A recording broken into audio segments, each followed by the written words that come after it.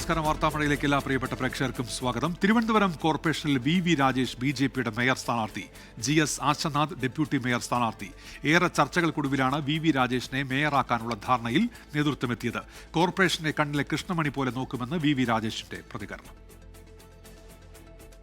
നീണ്ട സസ്പെൻസുകൾക്കൊടുവിലാണ് തലസ്ഥാന ജില്ലയുടെ BJP മുഖമായ വി രാജേഷിനെ തിരുവനന്തപുരം കോർപ്പറേഷനിലെ മേയർ സ്ഥാനാർത്ഥിയായി പ്രഖ്യാപിച്ചത്. ഹാട്രിക് വിജയം നേടി നഗരസഭയിലെത്തിയ GS ആശാനാഥാണ് ഡെപ്യൂട്ടി മേയർ സ്ഥാനാർത്ഥി.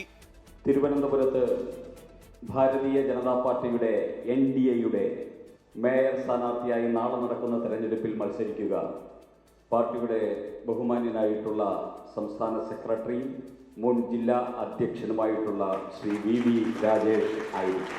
BJPയുടെ ഡെപ്യൂട്ടി മേയർ സ്ഥാനാർത്ഥിയായി മത്സരിക്കുന്നത് നമുക്കെല്ലാവർക്കും പ്രിയങ്കരിയായിട്ടുള്ള മൂന്നാമത്തെ പ്രാവശ്യവും കൗൺസിലറായിട്ട് ജയിച്ചു വന്ന പ്രിയപ്പെട്ട ആശാനാഥാണ് നമ്മുടെ ഡെപ്യൂട്ടി മേയർ സ്ഥാനാർത്ഥിയായിട്ട് മത്സരിക്കുന്നത്.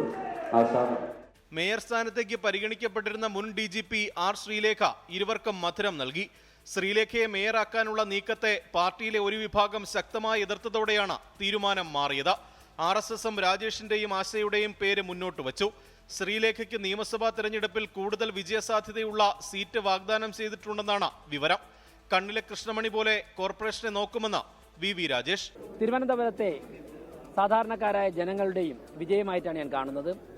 അവർ ഏൽപ്പിച്ച ഒരു ഉത്തരവാദിത്തമാണിത്. ഇതിനെ കണ്ണിലെ കൃഷ്ണമണി പോലെ, തെരഞ്ഞെടുപ്പ് വിജയത്തിന്റെ അന്ന് ഞങ്ങൾ പറഞ്ഞതുപോലെ കണ്ണിലെ കൃഷ്ണമണി പോലെ ഞങ്ങൾ കാത്തുസൂക്ഷിക്കും. നഗരത്തിന്റെ വികസനം മുൻനിർത്തി പ്രവർത്തിക്കുമെന്ന് ആശാനാഥ.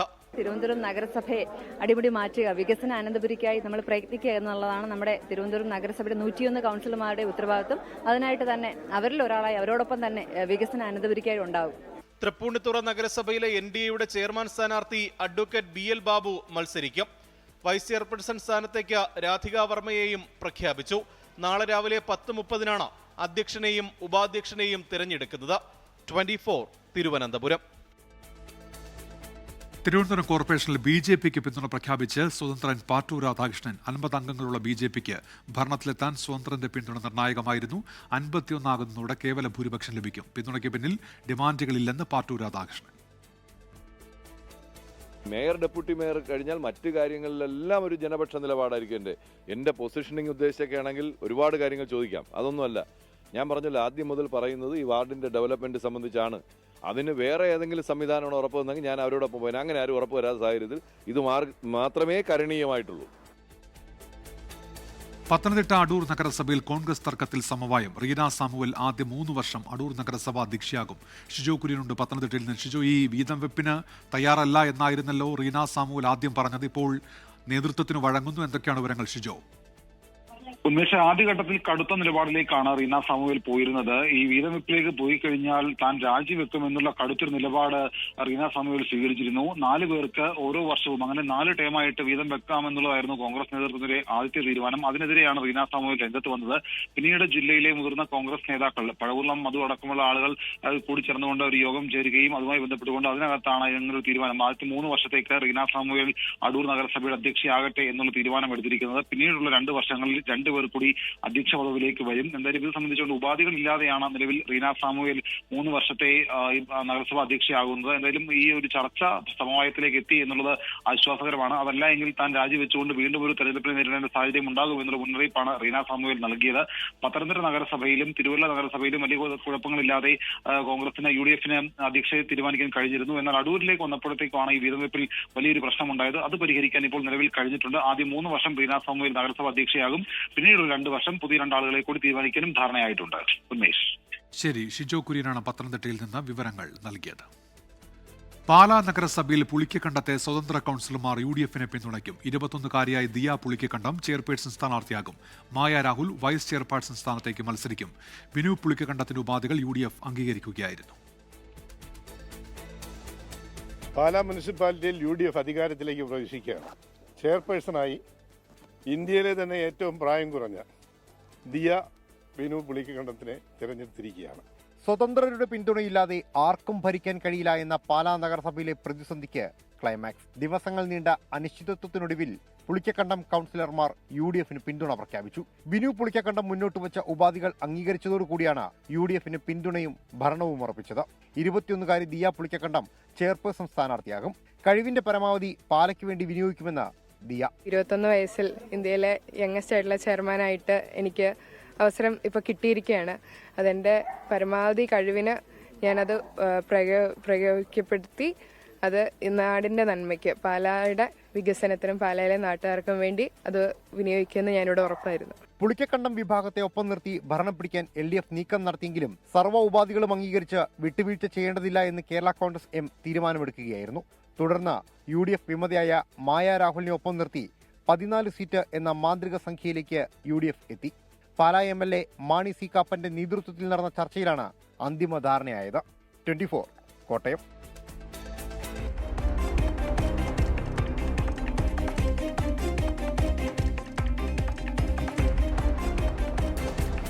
വാർത്താമഴയിലേക്ക് തിരികെ. ശബരിമല സ്വർണ്ണക്കൊള്ളയിൽ പുരാവസ്തു മാഫിയ തലവൻ ഡി മണിയെ ചോദ്യം ചെയ്ത് പ്രത്യേക അന്വേഷണ സംഘം.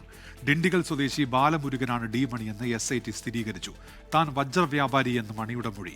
ഡി മണിയും സംഘവും കേരളത്തിൽ 1000 കോടി രൂപയുടെ പുരാവസ്തു വിഗ്രഹ ഇടപാടിന് ലക്ഷ്യമിട്ടു എന്ന് പ്രവാസി വ്യവസായി അന്വേഷണ സംഘത്തിന് മൊഴി നൽകിയിട്ടുണ്ട്. ശബരിമല സ്വർണ്ണക്കൊള്ള കേസ് പ്രതി ഉണ്ണികൃഷ്ണൻ പോറ്റി സോണിയാഗാന്ധിയെ കണ്ടെത്തിൽ വ്യക്തത വരുത്താതെ കോൺഗ്രസ് നേതാക്കൾ. ഉണ്ണികൃഷ്ണൻ പോറ്റി ആവശ്യപ്പെട്ടതനുസരിച്ചാണ് സോണിയാഗാന്ധിയെ കാണാൻ ഒപ്പം പോയതെന്ന് UDF കൺവീനർ അടൂർ പ്രകാശ്.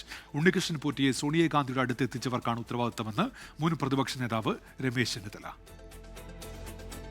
സോണിയാഗാന്ധിയുടെ വസതിയിൽ ഇവരെയും വിളിച്ചു കൊണ്ടുപോകാൻ മാത്രം അടൂർ പ്രകാശിനും ആന്റോ ആന്റണിക്കും എന്ത് തരം ബന്ധമാണ് ഇവരുമായിട്ടുള്ളത്? MPമാരായ അടൂർ പ്രകാശിനും ആന്റോ ആന്റണിക്കും ഉണ്ണികൃഷ്ണൻ പോറ്റിയെ സോണിയാഗാന്ധിയുടെ അടുത്തെത്തിക്കാൻ എന്ത് ബന്ധമാണുള്ളതെന്നായിരുന്നു ഇന്നലെ മുഖ്യമന്ത്രി പിണറായി വിജയന്റെ ചോദ്യം. സ്വർണ്ണക്കൊള്ളക്കേസ് പ്രതികൾക്ക് കോൺഗ്രസ് നേതാക്കളുമായി ബന്ധമുണ്ടെന്ന വാദമാണ് മുഖ്യമന്ത്രി ഇതിലൂടെ ഉയർത്തിയത്. ഉണ്ണികൃഷ്ണൻ പോറ്റിക്കൊപ്പം സോണിയാഗാന്ധിയെ കണ്ടെന്ന് അടൂർ പ്രകാശ് സമ്മതിച്ചു. എന്നാൽ എന്തിനായിരുന്നു കൂടിക്കാഴ്ചയെന്ന് വ്യക്തമാക്കാനായില്ല. സോണിയാഗാന്ധിയെ കാണുവാൻ വേണ്ടി പോയി എന്നുള്ളത് സത്യാവസ്ഥയാണ്. കാട്ടുകള്ളനാണ് എന്നോടൊപ്പം വന്നത് എന്ന് എനിക്ക് അറിയാൻ കഴിഞ്ഞിട്ടില്ല. അന്വേഷണം അട്ടിമറിക്കാനാണ് മുഖ്യമന്ത്രി ആക്ഷേപം ഉന്നയിച്ചതെന്നാണ് കോൺഗ്രസ് നേതാക്കളുടെ പ്രതികരണം. എങ്കിലും സോണിയാഗാന്ധിയുടെ അടുത്ത് ഉണ്ണികൃഷ്ണൻ പോറ്റി എത്തിച്ചവർക്ക് ഉത്തരവാദിത്തമുണ്ടെന്ന് രമേശ് ചെന്നിത്തല. ഈ ഫ്രോഡുകളെ സോണിയാഗാന്ധിയുടെ വസതിയിൽ എത്തിച്ചത് അതൊക്കെ നമ്മൾ നോക്കേണ്ട കാര്യം തന്നെയാണ്. കൊണ്ടുപോകുന്നവർക്ക് ഉത്തരവാദിത്തമുണ്ട് സ്വാഭാവികമായിട്ടും. സ്വർണ്ണക്കൊള്ളക്കേസിലെ പ്രതികളും സോണിയാഗാന്ധിയും ഒന്നിച്ചുള്ള ചിത്രം പ്രചാരണ വിഷയമാക്കാനാണ് CPM നീക്കം. ആരുടെ നേതൃത്വത്തിലാണ് ആ കൂടിക്കാഴ്ച നടന്നത്? എന്തായിരുന്നു കൂടിക്കാഴ്ചയുടെ ഉള്ളടക്കം? അത് UDF കൺവീനർക്ക് വ്യക്തമാക്കേണ്ട ബാധ്യതയാണ്. കാരണം അദ്ദേഹം കൂടി ചേർന്നിട്ടാണ് ഈ ചർച്ചകൾ സംഘടിപ്പിച്ചത്. 24 തിരുവനന്തപുരം. കണ്ണൂരിൽ റീൽ ചിത്രീകരിക്കാൻ റെഡ് ലൈറ്റ് അടിച്ച് ട്രെയിൻ നിർത്തിച്ച 2 +2 വിദ്യാർത്ഥികൾക്കെതിരെ കേസ്. എറണാകുളം ഓഖ എക്സ്പ്രസ് ആണ് കുട്ടികൾ റെഡ് ലൈറ്റ് അടിച്ച് നിർത്തിച്ചത്. 2 പേരെയും കണ്ണൂർ റെയിൽവേ പോലീസ് അറസ്റ്റ് ചെയ്ത് ജാമ്യത്തിൽ വിട്ടു. തലശ്ശേരി റെയിൽവേ സ്റ്റേഷനിൽ നിന്ന് പുലർച്ചെ ട്രെയിൻ എടുത്തതിന് തൊട്ടു പിന്നാലെയായിരുന്നു സംഭവം.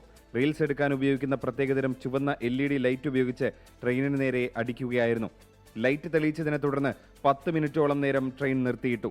ലോക്കോ പൈലറ്റ് റെയിൽവേ പോലീസിനെ അറിയിച്ചതിനെ തുടർന്ന് നടത്തിയ പരിശോധനയിലാണ് റീൽസ് ചിത്രീകരണത്തിലാണ് ലൈറ്റ് അടിച്ചതെന്ന് മനസ്സിലാക്കിയത്. തുടർന്ന് നടത്തിയ അന്വേഷണത്തിൽ 2 വിദ്യാർത്ഥികളെ പിടികൂടി. ഒരാൾ ഓടി രക്ഷപ്പെട്ടു. കേസെടുത്ത് കണ്ണൂർ റെയിൽവേ പോലീസ് ഇരുവരെയും ജാമ്യത്തിൽ വിട്ടയച്ചു. 24 കണ്ണൂർ.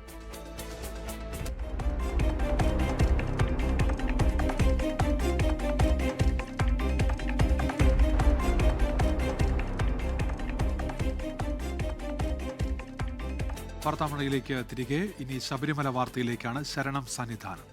ശരണം Sannidhanam co powered by Ramesh RG നല്ലെണ്ണ. ആർജിക്കാം നല്ലൊരു പ്രാർത്ഥനാശീലം. കളർ മങ്ങാത്ത വൃത്തി. Lake roll car shampoo. തരിതരിയായ GRB നെയ്. പ്യുവറാണ്, അത് ഷുവറാണ്. Co sponsored by BLM Kerala, Tamil Nadu, Pondicherry.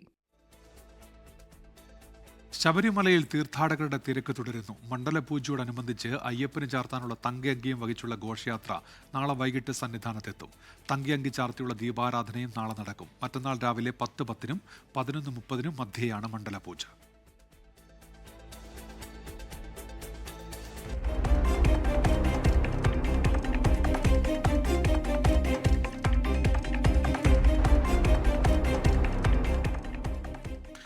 ഒഡീഷയിൽ വൻ മാവോയിസ്റ്റ് വേട്ട 6 മാവോയിസ്റ്റുകളെ സുരക്ഷാ സേന വധിച്ചു. CPI മാവോയിസ്റ്റ് കേന്ദ്ര കമ്മിറ്റി അംഗം ഗണേഷ് ഉയ്കയും കൊല്ലപ്പെട്ടവരുടെ കൂട്ടത്തിലുണ്ട്.